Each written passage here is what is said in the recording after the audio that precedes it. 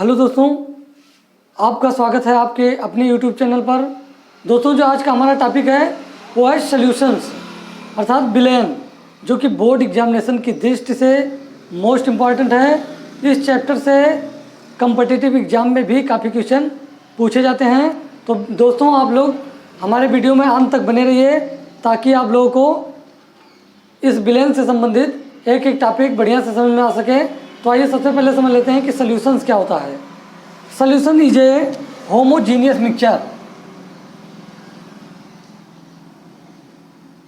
Solution is a homogeneous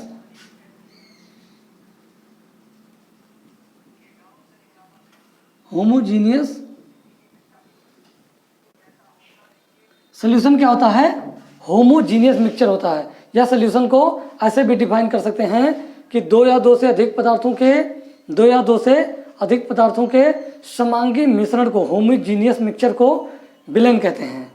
जो विलयन होता है दोस्तों, उसकी प्रॉपर्टी, जैसे हम बात करें यहाँ पर समांगी मिश्रण की, होमोजीनियस मिक्सचर की, तो होमोजीनियस की जो प्रॉपर्टी होगी वो विलयन में हर जगह क्या होगा? समान होगा। जैसे यदि कोई हम पात्र ले लें, उसमें क्या करें? चीनी और पानी का मिश्रण डाल दें अर्थात विलयन बना दें, तो उसमें क्या देखने को मिलेगा आपको कि विलयन के इस किनारे पर भी उसमें विलय और विलायक की मात्रा क्या होगी? समान होगी। इस किनारे पर भी समान होगी, अर्थात पूरे विलयन में विलय और विलायक की मात्रा क्या होगी?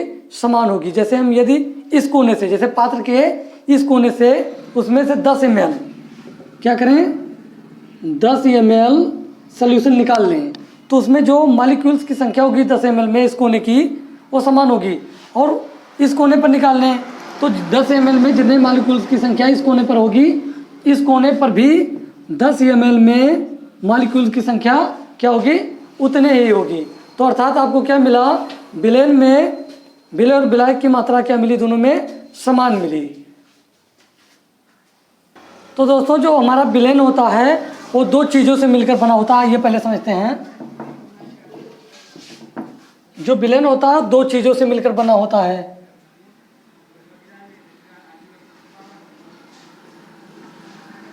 एक होता है विलेय और दूसरा क्या होता है? विलायक।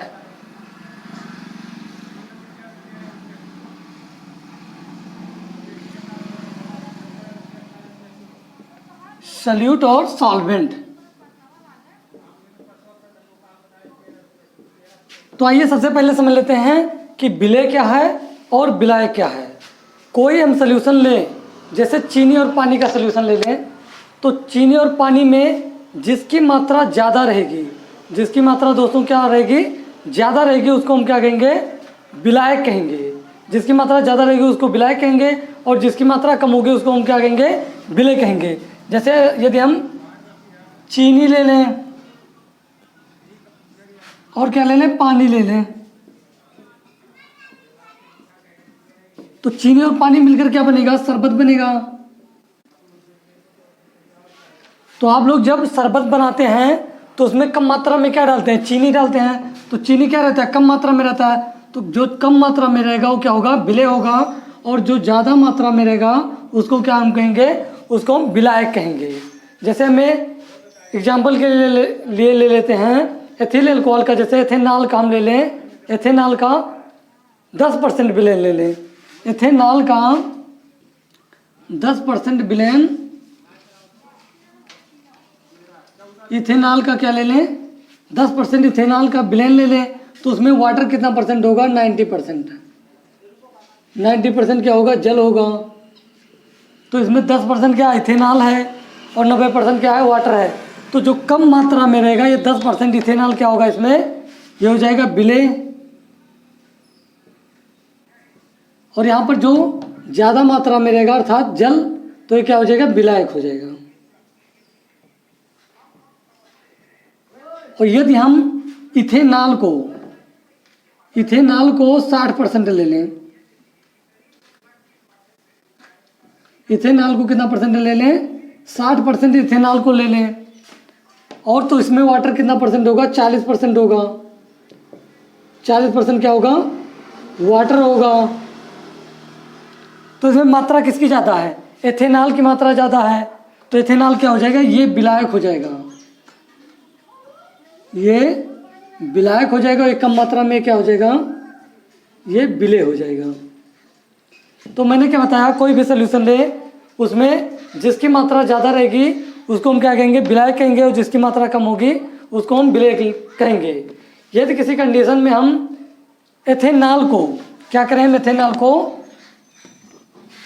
एथेनॉल को यदि हम ले लें 50% क्या ले लें, इथेनॉल ले लें, और इसमें तब वाटर कितना परसेंट होगा, वाटर भी 50%, जल भी होगा, तो दोनों के परसेंट क्या है, बराबर हैं।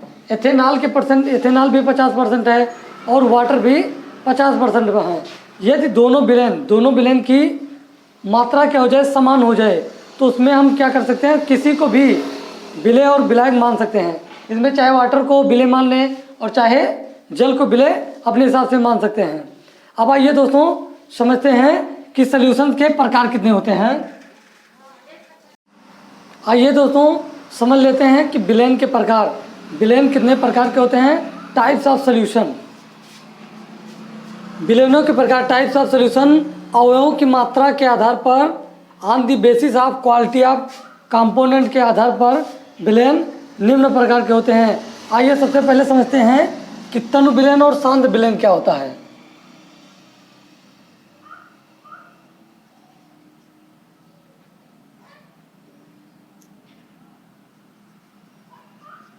तनु और सांद्र विलेन,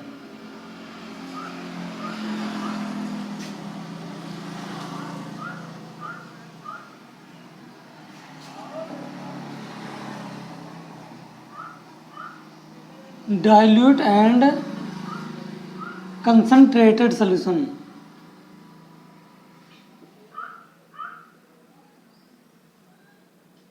कंसंट्रेटेड सॉल्यूशन। अब आइए दोस्तों सबसे पहले समझते हैं कि तनु और सांद्र विलेन क्या होता है, डाइल्यूट और कंसंट्रेटेड सॉल्यूशन। सबसे पहले समझते हैं कि तनु विलेन क्या है।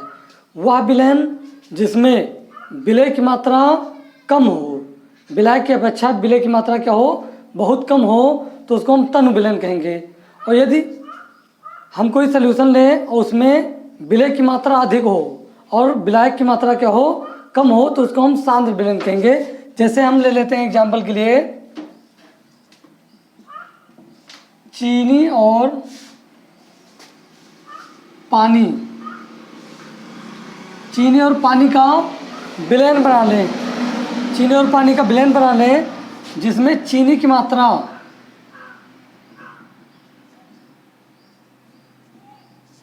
जिस विलेन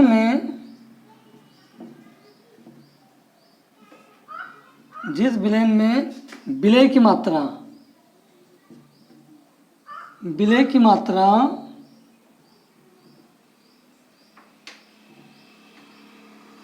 कम होती है, जिस विलेन में क्या हो, विलेय की मात्रा कम हो, तो उसको हम क्या कहेंगे, विलेय की मात्रा कम हो तो उसको हम कहेंगे तनु विलेन।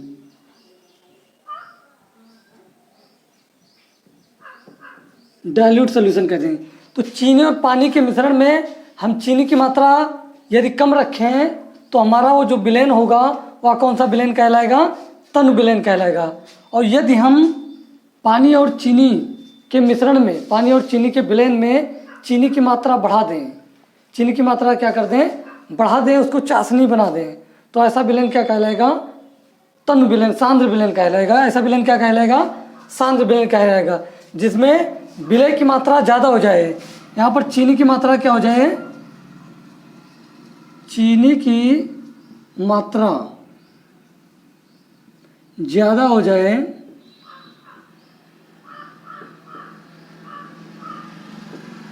तो ऐसे विलेन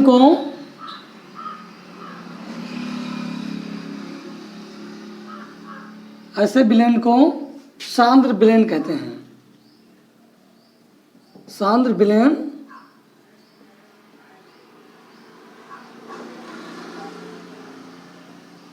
कहते हैं। ऐसा विलेन लें जिसमें विलेय की मात्रा कम हो तो उसको हम तनु विलयन कहेंगे, और जिसमें विलय की मात्रा ज़्यादा हो उसको हम क्या कहेंगे, सांद्र विलयन कहेंगे। अब आइए नेक्स्ट हेडिंग समझते हैं, संतृप्त और असंतृप्त विलयन क्या होता है।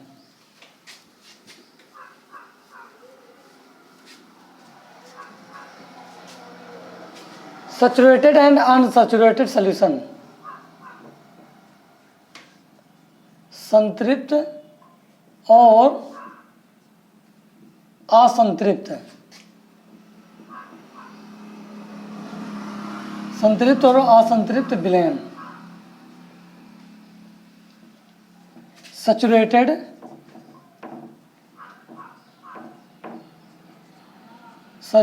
And unsaturated,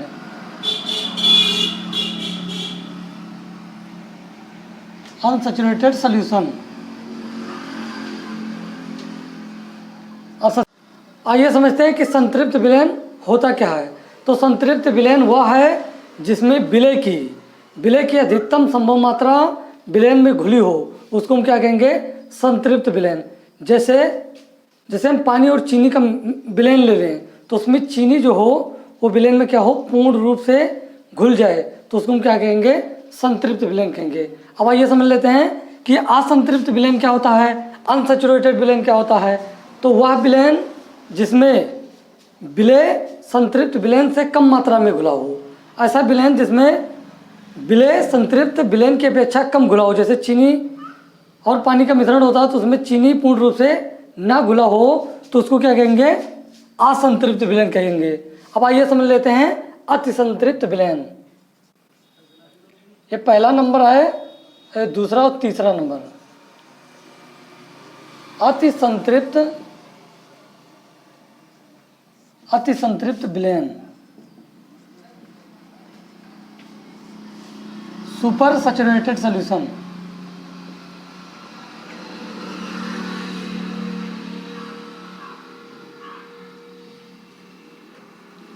super saturated solution. तो आइए दोस्तों समझ लेते हैं कि अति संतृप्त विलयन क्या होता है।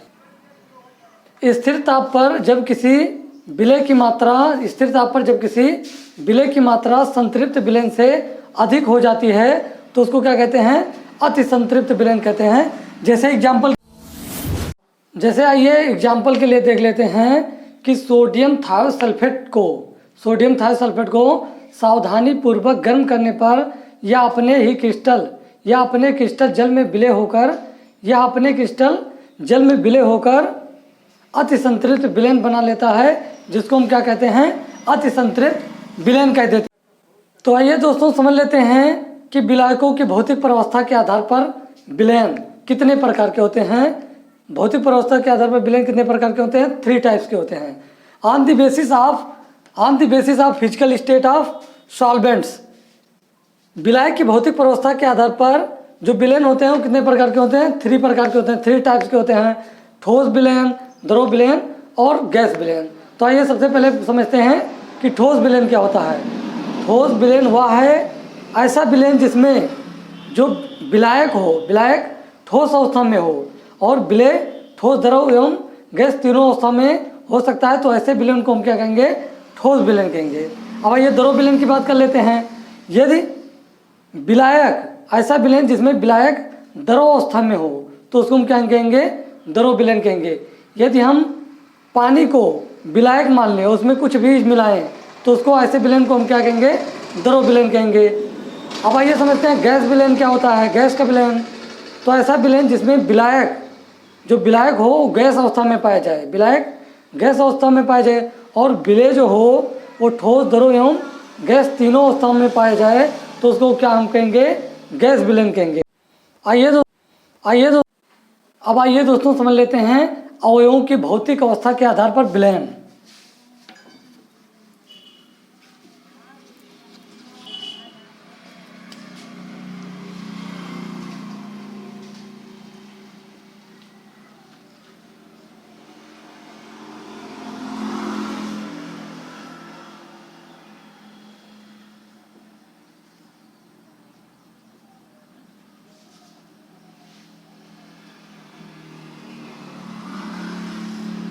अवयवों की भौतिक अवस्था के आधार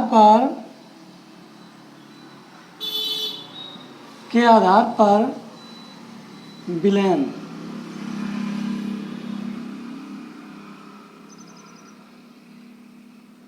अवयवों की भौतिक अवस्था के आधार पर विलयन। तो विलय और विलायक की भौतिक अवस्थाओं के आधार पर विलयन कुल 9 प्रकार के होते हैं। जैसे हम देख लेते हैं ठोस का विलयन।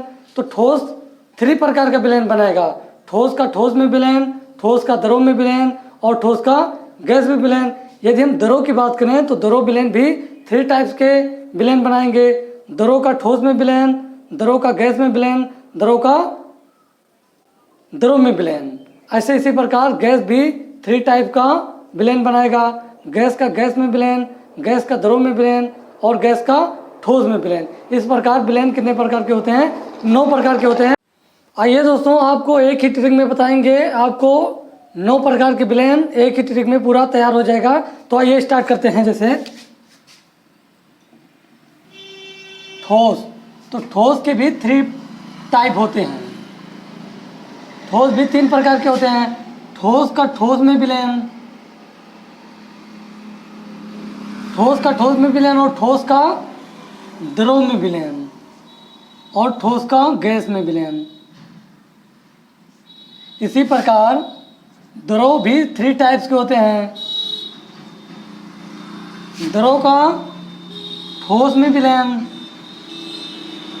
द्रव का द्रव में विलयन और द्रव का गैस में विलयन। तो यदि द्रव और ठोस मिला रहेगा तो उसको द्रव और ठोस का विलयन कहेंगे। यदि द्रव और द्रव विलायक और विलय भी द्रव रहे तो उसको क्या कहेंगे हम?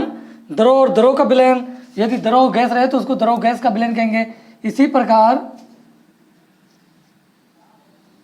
गैस के भी 3 टाइप्स होते हैं।